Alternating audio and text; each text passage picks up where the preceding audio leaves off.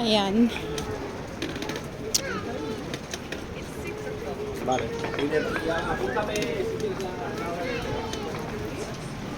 Gusto ko lang kayong ipasyal. Habang ako'y naglalakad na namimili ng aking iluluto ulit para itinda, para kumita. Ayan, nandito tayo sa Ronda San Pao.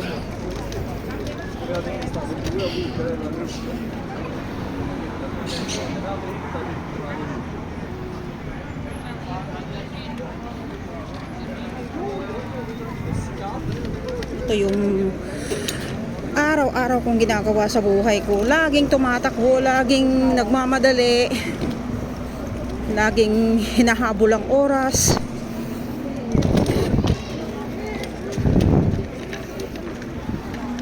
Tapos iisipin mo yung mga iba, paisi-isi lang, no?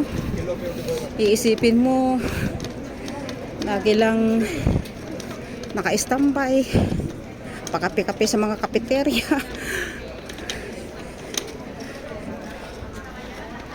Kailangan kasi ang buhay talaga, kailangan ng diskarte.